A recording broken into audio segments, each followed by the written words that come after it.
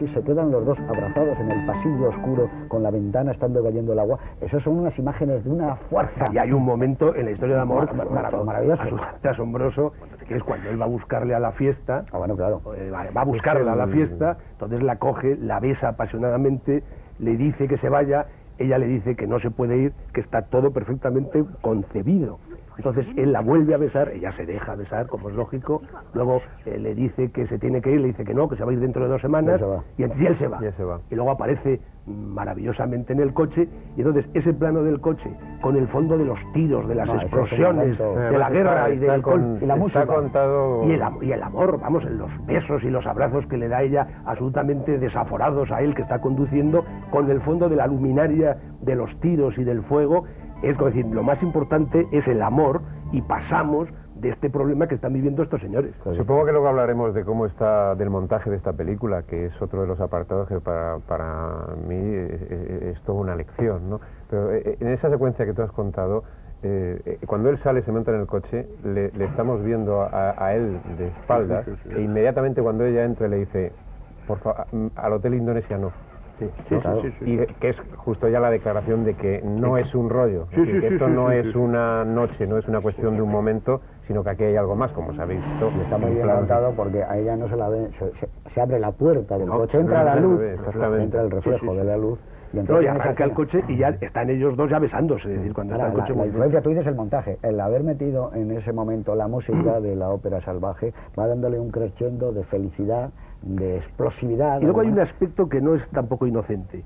Esos dos planos que hay, ese y después de que se agachan para cruzar la barrera, que siguen besándose, si te das cuenta, el coche tiene una vibración, es decir, la cámara no está puesta en el coche, que se evita la vibración, sino que la cámara está en otro sitio y el coche va teniendo vaivenes, con lo cual le va dando una especie de tensión en el propio movimiento del cuadro, del plano, y luego, desde luego, el fondo luminoso de varios colores, el fuego, los disparos, los tiros, y estos dos absolutamente estremecidos de amor, besándose mientras van conduciendo, a mí me parece de una explosión. Ni siquiera Antonio está rodado con el Cámara Car. No, es en otro coche. Con otro coche. Con lo cual hay todas las vibraciones del mundo. Sin amortiguaciones. Sin amortiguaciones. Y eso le da una categoría de explosión romántica, claro. Es una explosión romántica. Es que yo creo que hay dos elementos que... Es un estallido. Sí, es un estallido. Dos elementos de la película que apoyan lo que estáis diciendo desde mi punto de vista, que es el pudor y el misterio. El pudor porque la mayor parte de las relaciones se muestran, como decís, pero también como muy pudoroso. No hay prácticamente escenas de cama, no hay prácticamente escenas de sexo concretamente cuando la pasión es desbordante, por decirlo de alguna manera. Es decir, que ha elidido el aspecto, digamos, más obvio, sensual, más carnal concretamente, y deja el misterio. Luego hay una secuencia que a mí me gusta mucho, que parece como aislada en la película, pero para mí es de esas claves secretas que va depositando en el cine, en las películas de Peter Weir, que los espectadores que hayan visto Último Testigo, por citar, o El Club de los Poetas Muertos, o Matrimonio de Conveniencia, o La Última Fearless, no recuerdo el título en castellano, que es la secuencia en la casa del holandés. Es decir, cuando él está en crisis y viaja con Kumar, el comunista, esa casa, esa es una secuencia onírica hermosísima, concretamente, con el sueño ese que resulta esto, ¿no? Pero el sudor que hay, la tarde, las vistas aéreas de esa parte de Java, concretamente, da el aspecto de que hay algo de misterio. Entonces, para mí, la unión de pudor y de misterio es lo que da las claves, desde mi punto de vista, el hecho de que si la película te engancha, te engancha plenamente porque quieres saber más cosas. Sabes que se te cierran ciertas puertas porque ya sabes lo que está sucediendo detrás de las puertas. Y eso es lo que, desde mi punto de vista, da ese vigor clásico y a la vez moderno a la película, lo que la hace tan atractiva. Yo decía que toda la película está llena de símbolos. Es decir, a mí me parece que es una película tremendamente barroca, en el sentido además culterano de la palabra. Es una película cargada de simbología cultista, es decir, no es gratuito que salga Kiriké Tanahua cantando la ópera de Strauss, no es gratuito, aunque sea en otro aspecto, toda esa escena del baile del rock and roll como ejemplo de música pop, es decir, y ceremonial, si es que ceremonial, claro. Es decir, el barroquismo de la película yo lo entiendo de la siguiente manera. Es decir, cuando hablas de pudor y misterio, parece que él no quiere dar enfatización a nada porque él no está convencido de nada. Peter Weir, ya lo hemos hablado antes, es decir, es una película que lo de plantearse qué hacer, el qué hacemos cristiano es idéntico al que hacer leninista. Idéntico. Es decir, en la película sale una mezcla, es decir, está el cristianismo, que cuando cita Billy Kwan al Evangelio de San Lucas, está el Partido Comunista, están los militares musulmanes. Es decir, es una confrontación tal donde está toda la historia realmente de la humanidad cogida como fíjate, símbolos. Fernando, cómo define el Agil, que dice reverencia a la vida.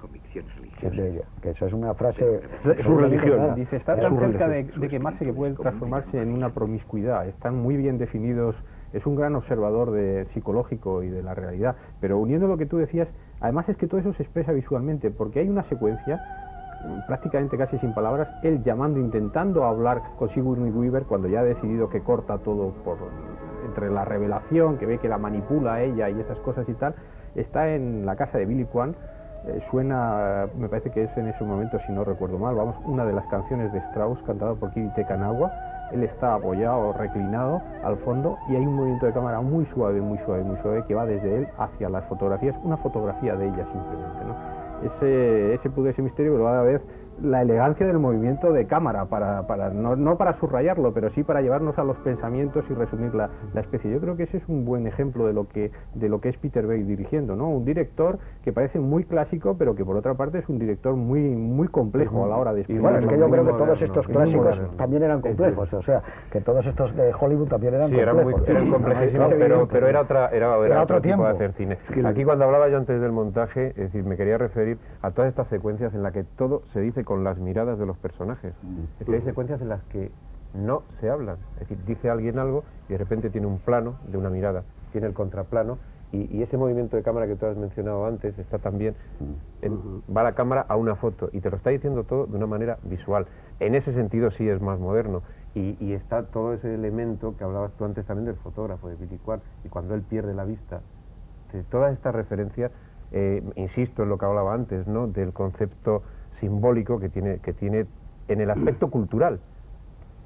Sí, sí. Es curioso, pero cuando recibe la noticia ella en el teletipo del posible golpe de Estado, es curioso, su primera reacción es ir, pero no a contárselo, sino a verlo. Porque si os dais cuenta, va, le saca de aquella oficina, en un extraño pasillo, se abrazan y se besan en silencio absoluto, y es que ella siente necesidad de estar con él, y todavía no se lo ha dicho. Espantada ante lo que se avecina, que es cuando le entonces anuncia... necesita refugiarse en los brazos de su amado, y luego, después de una supuesta relación sexual en la cama, es cuando ya se decide a darle la comunicación de la noticia, y luego viene un poco el conflicto es entre la ética profesional y la ética personal, que es lo que le defrauda a ella y lo que le defrauda pavorosamente a Billy Kwan, Sí, que porque le parece claro, un traidor. el scoop que él tiene no es lo que... ¿Qué ibas a decir? Yo haría un flashback para volver a cuando antes dije que en cierto modo a mí el final me parece una concesión, y me parece una concesión porque, es decir, hacer que un periodista, que evidentemente está destrozado al final de la película, pero un periodista que ha llegado allí a comerse el mundo, es decir, ese enfrentamiento que hay cuando él llega con unas ganas tremendas de conseguir exclusivas, los otros se burlan de él ya con ese cinismo, ¿no?, tan propio casi como de Billy Wilder en ese sentido, ¿no?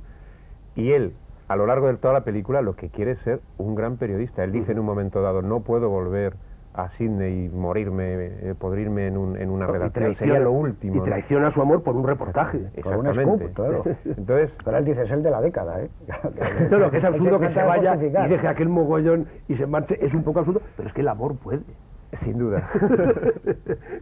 Y sobre todo en una película de este tipo, Es que casi... lo que no puede ser es que se quede ahí a hacer reportajes de la caída de su carno mientras su amor se marcha a Londres. Sobre todo cuando le han dejado al pobre ciego, ¿no? Y si su amor es esta señorita, que también hay que reconocer que es una de las actrices que a mí siempre me sorprende, es una de las actrices que resulta más atractiva despeinada, lavada, sin maquillaje, desalichada, hecha un desastre. Cuanto más desastrosa está y más deshilachada y más desasosegada y se le sale del agua y sin maquillar y tal, está muchísimo más atractiva. Bueno, ya que hablamos de actores, otra de las manos de Peter Weir es su extraordinaria mano a la hora de elegir los tipos para los personajes y dirigir actores y actrices, porque si repasamos las películas, Harrison Ford difícilmente habrá estado mejor en las películas, la cantidad de actores jóvenes que hay en el Club de los Poetas Muertos es sencillamente prodigiosa, y aquí cómo están escritos la mayor parte, como muy bien ha dicho, me parece que ha sido Fernando anteriormente, cada personaje de cada periodista es el personaje de Kumar, el personaje silencioso de esa mujer o amante también comunista, parece ser que más influyente en el PKI que Kumar, están todos muy bien elegidos. La ¿no? elección de los actores, que es el 80% secreto del delicioso, Estoy éxito. convencido que Mel Gibson no ha estado nunca tan bien como en esta película, pero vamos. Seguro, seguro. Ni Es un Linda, gusto personal. ni Linda